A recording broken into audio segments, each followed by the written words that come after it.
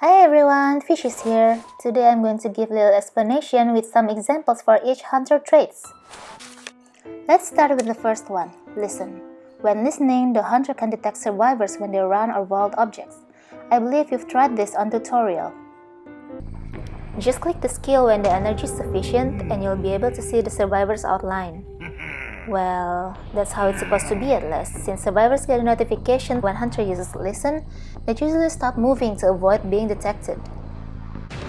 For example, I used listen here, and I found nothing but the circles, which I believe are the crows. And the second one, after I put her on the chair,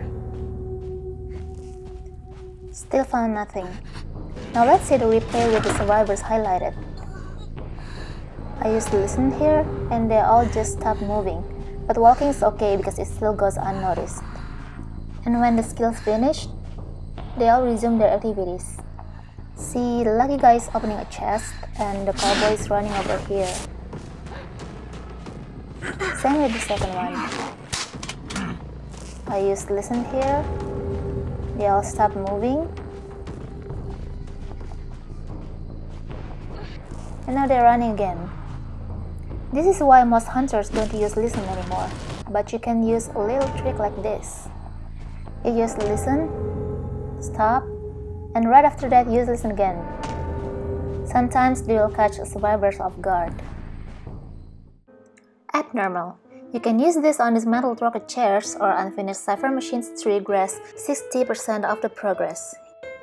Each time you use abnormal, the regression got decreased by 3% each. The first one 60%, the second one 57%, the third one 54%, and so on. This is useful to hinder the cipher machine progress and especially useful when the gardeners breaks your chairs. Here's an example. I'm going to chair the cowboy. I remember that there's a chair nearby, but I don't see any outline, so it must have been dismantled. Okay, here it is. I put the cowboy down for a while. I fix it using abnormal. And good as new, I can put the cowboy on the chair now. This one's the example for cipher machine.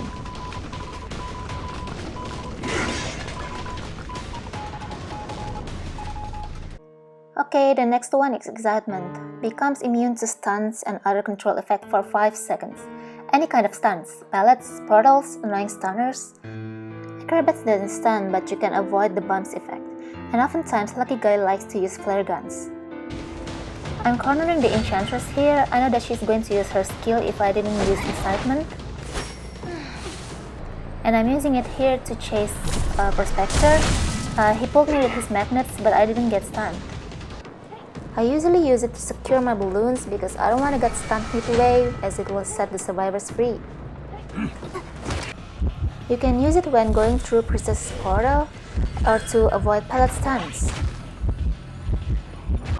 Last one, what about the tram in Ever Sleeping Town? Now let's see, I'm going on a suicide mission here.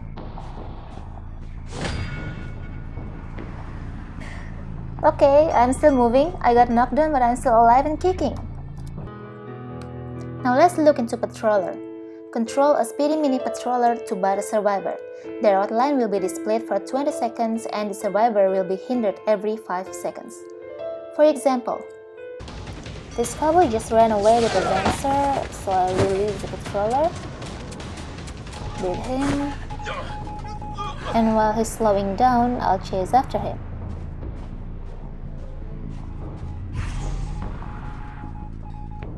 I actually wanted to go after a dancer there. So when you attack the survivor with the patroller also stops biting. I'm using it to chase after a priestess here.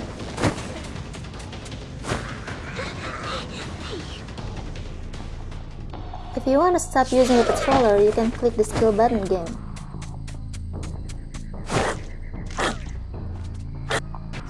Also, please be aware when using him as he cannot interact with any other objects, such as windows, pallets, slides, or something.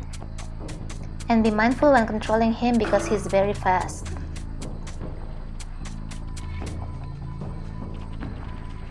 Teleport, this one's my personal favorite.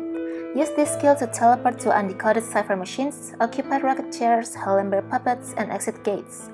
Long press to select a target, especially if there are several targets. It's easy to choose the wrong one if you're not careful. I already have some teleport footage, so I will use those. I use teleport here to hunt for other survivors while Enchantress is on the rocket chair. So I found a priestess here. And then this one to secure a killing or chasing after a survivor.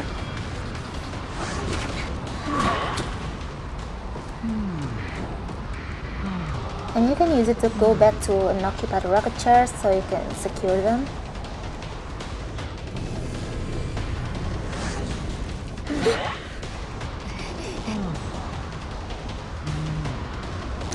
And probably most teleporting hunters' favorite, to reach an exit gate with detention, which could definitely be a game changer.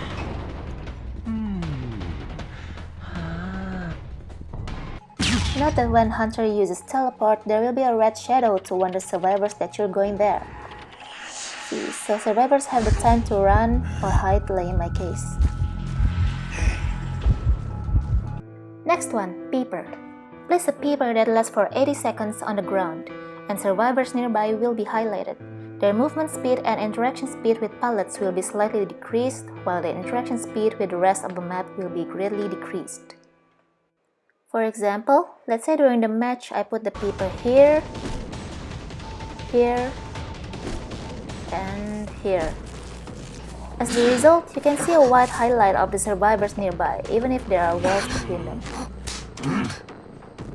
I can see where the doctor's running, so I can predict the survivors' movement better.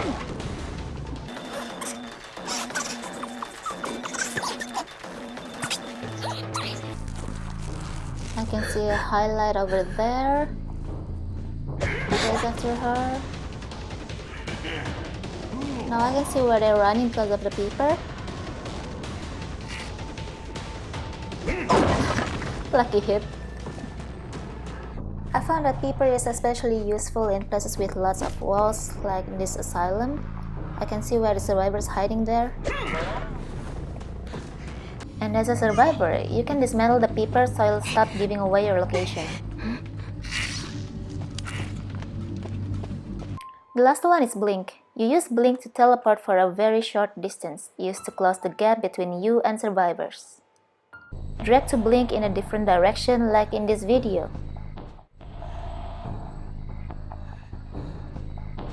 You can also blink through walls, pallets, and windows.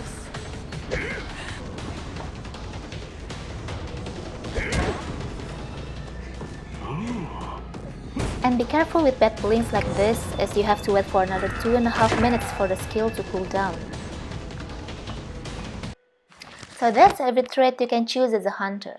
Now you might ask, which trait suits each hunter? Depends on your playstyle really. Also depends on which survivors you are facing. We all have different playstyles and you should try them all to see which you like the best. For example, I don't use teleport for Hallenberg because he's already high in mobility with his puppets. And like I said, if there are 2 or more stunners in the team, I'd use excitement.